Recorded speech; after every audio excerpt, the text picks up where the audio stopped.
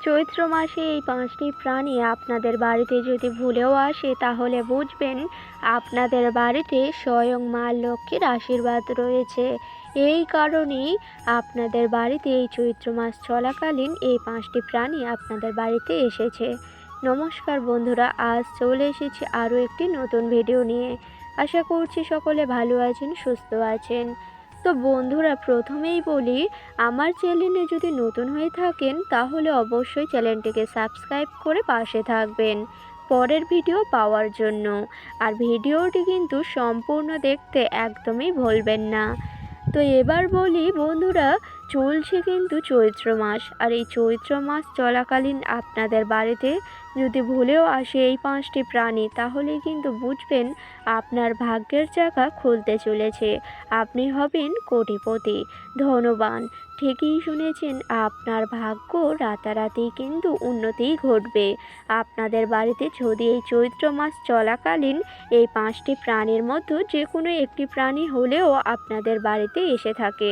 হ্যাঁ বন্ধুরা, আপনারা ঠিকই শুনেছেন, এই চৈত্র মাসে আপনাদের বাড়িতে যদি ভুলেও আসে এই 5টি প্রাণী তাহলে বুঝবেন মা লক্ষ্মীর আশীর্বাদ স্বয়ং আপনাদের গৃহেতে পড়েছে।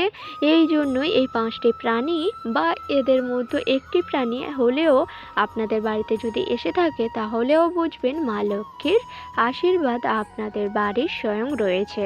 তার আগে বলি বন্ধুরা, এই চৈত্র মাসে কিন্তু আপনাদের কিছু নিয়ম অবশ্যই মেনে চলা উচিত। তার কারণ হচ্ছে চৈত্র মাস কিন্তু খুবই একটা শুভ মাস নয়। এই কারণে এই মাসে যদি এমন কোনো কিছু করে থাকেন তাহলে কিন্তু সংসারে খুব সহজেই নেতিবাচক শক্তি আসবে। হ্যাঁ বন্ধুরা, আপনারা ঠিকই শুনেছেন, চৈত্র মাস চলাকালীন আপনারা কিন্তু ভুল করেও দেরি করে ঘুম থেকে উঠবেন না, এবং বাড়ির যে সকল বাসি কাজকর্ম আছে সেগুলি কিন্তু দেরি করে করবেন না। ঠিকই শুনেছেন, এই মাসটি কিন্তু খুব একটা শুভ মাস নয়।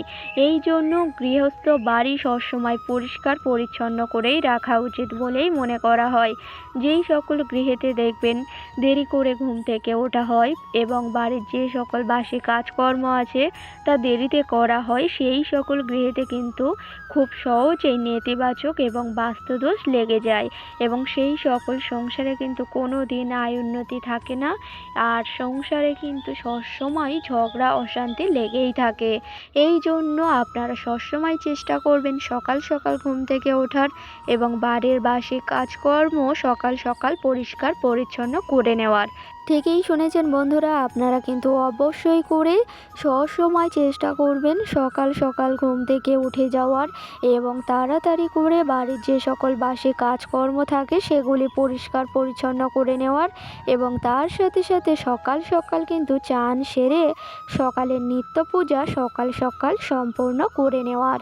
ঠিকই শুনেছেন, যেই সকল গৃহেতে দেরি করে ঘুম থেকে ওঠা হয় এবং বাড়ির যে সকল বাসি কাজকর্ম আছে সেগুলি দেরি করে করা বা সকালের নিত্য পূজা দেরি করে করা, সেই সকল গৃহেতে কিন্তু মা লক্ষ্মী ভুলেও আসেন না, এবং সেই সকল গৃহেতে কোনো দিন আয় উন্নতি আসে না, এবং সংসারে সবসময় ঝগড়া অশান্তি কলহ এইগুলিই লেগে থাকে।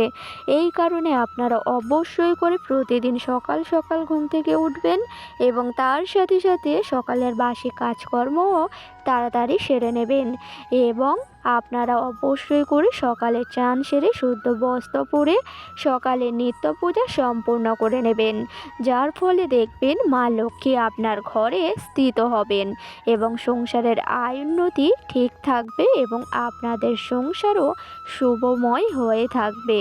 এই সকল গৃহেতে কোনো দিনও অশুভ ছায়া আসতে পারে না। ঠিকই শুনেছেন, এই জন্য আপনারা গৃহস্থ সংসারের জন্য কিছু নিয়ম থাকে সেগুলি কিন্তু সবসময় মেনে চলারই চেষ্টা করবেন। যেই সকল গৃহেতে দেখবেন নোংরা আবর্জনা করে রাখা হয় এবং বাড়ির সদর দরজা তুলসী তলা অপরিষ্কার পরিচ্ছন্ন করে রাখা হয়, সেই সকল গৃহেতে কিন্তু কোনো দিন আয় উন্নতি থাকে না। এই কারণে আপনারা অবশ্যই করে বিশেষ করে বাড়ির সদর দরজা এবং তুলসী তলা এই দুটি স্থান সবসময় পরিষ্কার পরিচ্ছন্ন করে রাখবেন, না হলে কিন্তু নেতিবাচক নেতিবাচক বা খারাপ শক্তি খুব সহজেই আপনাদের গৃহেতেই আসবে। হ্যাঁ বন্ধুরা, বাড়ির সদর দরজা বা তুলসী তলার স্থান কিন্তু সবসময় পরিষ্কার পরিচ্ছন্ন করে রাখাই উচিত বলেই মনে করা হয়। আপনারা অবশ্যই করে বাড়ির সদর দরজা বা তুলসী তলা সবসময় পরিষ্কার পরিচ্ছন্ন করে রাখবেন, যার কারণে মা লক্ষ্মীর আপনার গৃহেতেই স্থিত হবেন এবং খারাপ শক্তি ভুলেও আপনাদের বাড়িতে আসতে পারবে না। এবার বলি বন্ধুরা, চৈত্র মাস চলাকালীন আপনাদের বাড়িতে যদি এই প্রাণীগুলি আসে তাহলে বুঝবেন আপনি কিন্তু রাতারাতি ধনবান হতে চলেছেন। ঠিকই শুনেছেন, আপনাদের বাড়িতে যদি চৈত্র মাস চলাকালীন এই 5টি প্রাণী যদি এসে থাকে বা আসে তাহলে কিন্তু আপনার ভাগ্য রাতারাতিই কিন্তু ধনবান হবে। এই চৈত্র মাসে এমন কিছু প্রাণী আছে আপনাদের বাড়িতে যদি এসে থাকে তাহলে বুঝে নেবেন স্বয়ং মা লক্ষ্মী এবং ভগবান শ্রীকৃষ্ণের আশীর্বাদ আপনাদের বাড়িতেই স্বয়ং রয়েছে। সেটি হচ্ছে গোমাতা।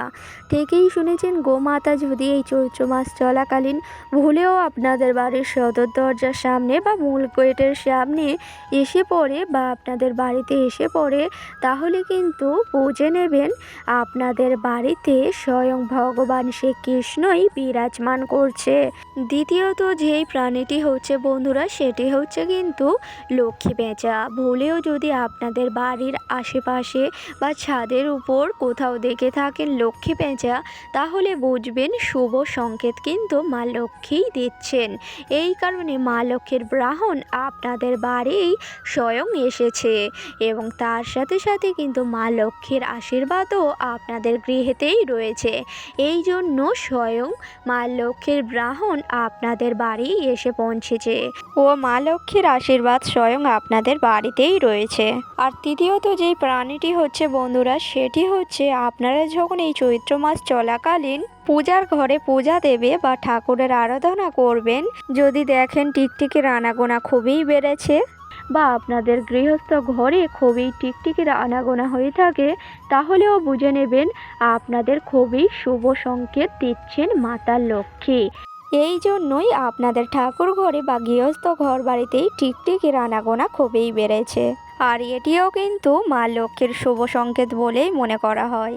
আর চতুর্থ যে জিনিসটি হচ্ছে বন্ধুরা, এই চৈত্র মাস চলাকালীন যদি ঠাকুর ঘরে বা গৃহস্থ ঘর বাড়িতে যদি দেখেন কালো পিঁপড়ের দল খাবারের খোঁজে যাচ্ছে তাহলেও বুঝে নেবেন এটি কিন্তু মা লক্ষ্মীর দেওয়া শুভ সংকেতই বলে মনে করা হয়। হ্যাঁ বন্ধুরা, আপনারা যদি এই চৈত্র মাসে ঠাকুর ঘরে বা গৃহস্থ ঘর বাড়িতে যদি দেখেন কোনো কালো পিঁপড়ের দল খাবারের খোঁজে যাচ্ছে তাহলে কিন্তু বুঝে নেবেন মা লক্ষ্মীর আশীর্বাদ আপনাদের সংসারেই রয়েছে। আর 5 নম্বর যেই সংকেতটি বা যেই প্রাণীটি সেটি কিন্তু খুবই গুরুত্বপূর্ণ। সেটি হচ্ছে বন্ধুরা, আপনাদের বাড়িতে যদি এই চৈত্র মাস চলাকালীন কুকুর বা বিড়ালের আনাগোনা খুবই বেড়ে থাকে তাহলেও কিন্তু খুবই শুভ বলেই মানা হয়। হ্যাঁ বন্ধুরা, আর ভুল করে চৈত্র মাসে যদি কুকুর বিড়াল আপনাদের বাড়িতে এসে পড়ে তাহলে কিন্তু দূর দূর করে তাড়িয়ে দেবেন না বা তাদেরকে আঘাত করবেন না, না হলে হতে পারে আপনাদের সংসারের অমঙ্গল।